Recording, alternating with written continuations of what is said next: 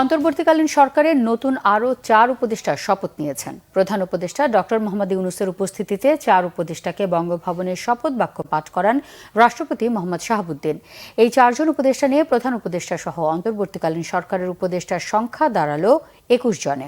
শপথ অনুষ্ঠানের পর বঙ্গভবনে বৈঠকে বসে উপদেষ্টা পরিষদের বৈঠক। রকুনুজ্জামানের রিপোর্ট।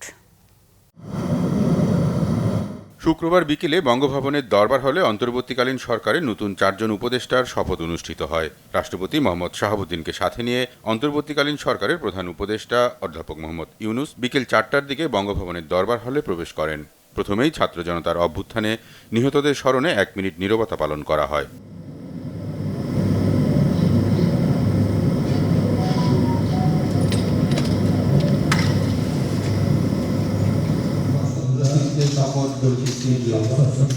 এরপর নতুন ৪ উপদেষ্টাকে শপথ বাক্য পাঠ করান রাষ্ট্রপতি মোহাম্মদ শাহাবুদ্দিন।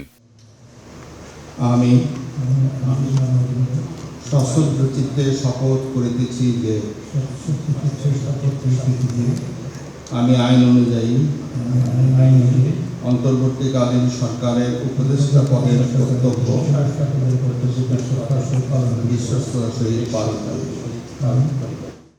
নতুন ৪ জন উপদেষ্টা হলেন তত্ত্বাবধায়ক সরকারের সাবেক উপদেষ্টা অর্থনীতিবিদ ওয়াহিদুদ্দিন মাহমুদ, সাবেক মন্ত্রিপরিষদ সচিব আলী ইমাম মজুমদার, সাবেক জ্বালানি সচিব ফওজুল কবির খান এবং অবসরপ্রাপ্ত লেফটেন্যান্ট জেনারেল জাহাঙ্গীর আলম চৌধুরী।